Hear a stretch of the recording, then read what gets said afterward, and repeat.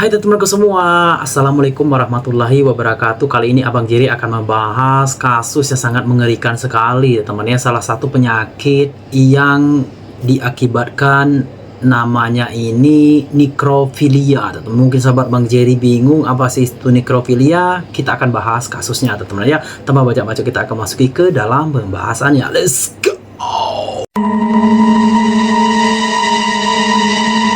Oke teman-teman, kali ini kita akan bahas kasus nekrofilia ini. Kasus gila yang menurut Bang Jerry ini kasus yang cukup ngeri dan menjijikkan, yang pastinya Bang Jerry kaget karena ada manusia segila ini teman-teman. Kalian nggak tahu apa itu nekrofilia?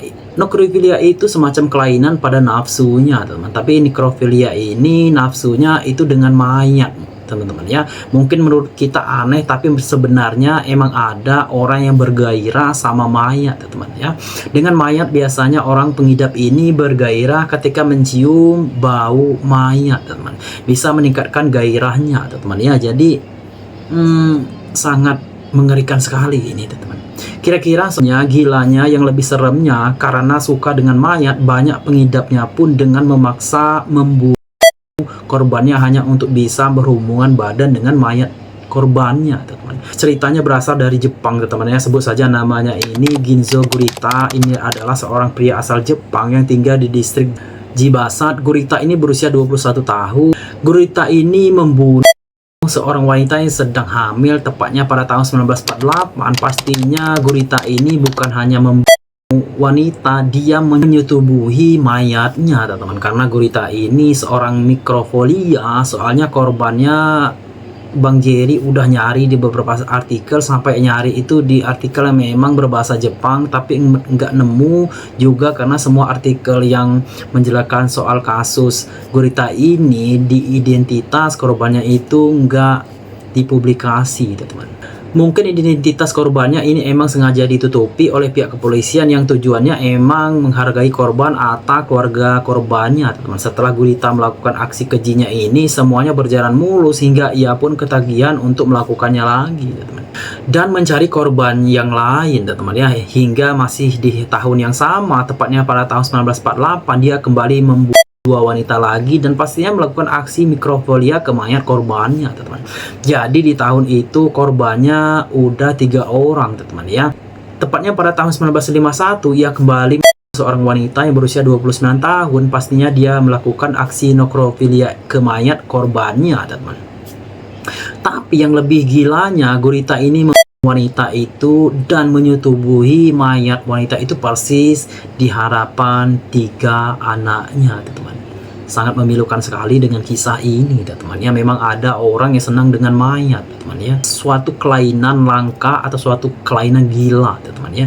Jadi ceritanya wanita itu punya 3 anak yang masih kecil-kecil, karena anak ini melihat ibunya dan juga ngelihat jasad ibunya sedang disetubuhi Gurita ini. Setelah Gurita ini puas, dia membuang mayat wanita itu ke jurang yang berada di Osen Korogasi, dan dia juga ngelempar 3 anak wanita itu ke jurang itu dalam keadaan hidup-hidup. Jadi kalian bisa bayangkan sendiri gimana jadinya anak yang masih kecil dilempar ke jurang yang kayak gitu dalam keadaan hidup-hidup teman-teman. Tapi ajaibnya salah satu dari 3 anak itu tidak meninggal dunia teman-teman. Anaknya itu selamat 1 orang teman-teman ya. Setelah itu ternyata Gurita ini belum puas dan mencari korban yang lainnya.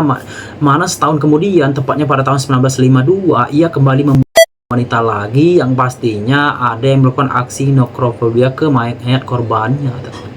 Lalu setelah ia beraksi dan terus berhasil sejak tahun 1948 sampai tahun 1952, akhirnya setahun kemudian, tepatnya pada tahun 1953, Gurita ini tertangkap. Tapi yang nggak enaknya, nggak ada penjelasan gimana proses Gurita ini tertangkap teman-teman. Bang Jerry udah nyari berbagai sumber artikel, tapi nggak ada penjelasan gimana proses Gurita ini tertangkap. Tapi kalau asumsi Bang Jerry ini, mungkin Gurita ini ditangkap itu mungkin karena salah satu anak yang dilempar ke jurang itu selamat ya teman. Akhirnya dia melaporkan ke pihak berwajib di sana teman. Awal mulanya polisi mendapatkan informasi soal siapa pelakunya, apalagi saat itu emang sering ditemukan mayat wanita yang meninggalkan jejak pemerkosaan. Karena semua korban-korban gurita ini pasti ditemukan dan itu juga bisa menjadi jejak untuk polisi untuk mencari tahu informasi soal siapa pelakunya, teman. Tapi gimana pun yang pasti gurita ini berhasil ditangkap pada tahun 1953 dan di tahun itu juga pengadilan di distrik Kiba menjatuhkan hukuman mati, teman-teman, untuk gurita karena telah melakukan pembunuhan berantai dan telah melakukan aksi nekrofilia ini ke 6 korbannya, teman. Lalu 6 tahun kemudian, tepatnya pada tahun 1959, akhirnya gurita ini dieksekusi mati dengan cara digantung, teman. Oke teman, mungkin cukup kita membahas soal gurita ini. Gimana menurut teman-teman?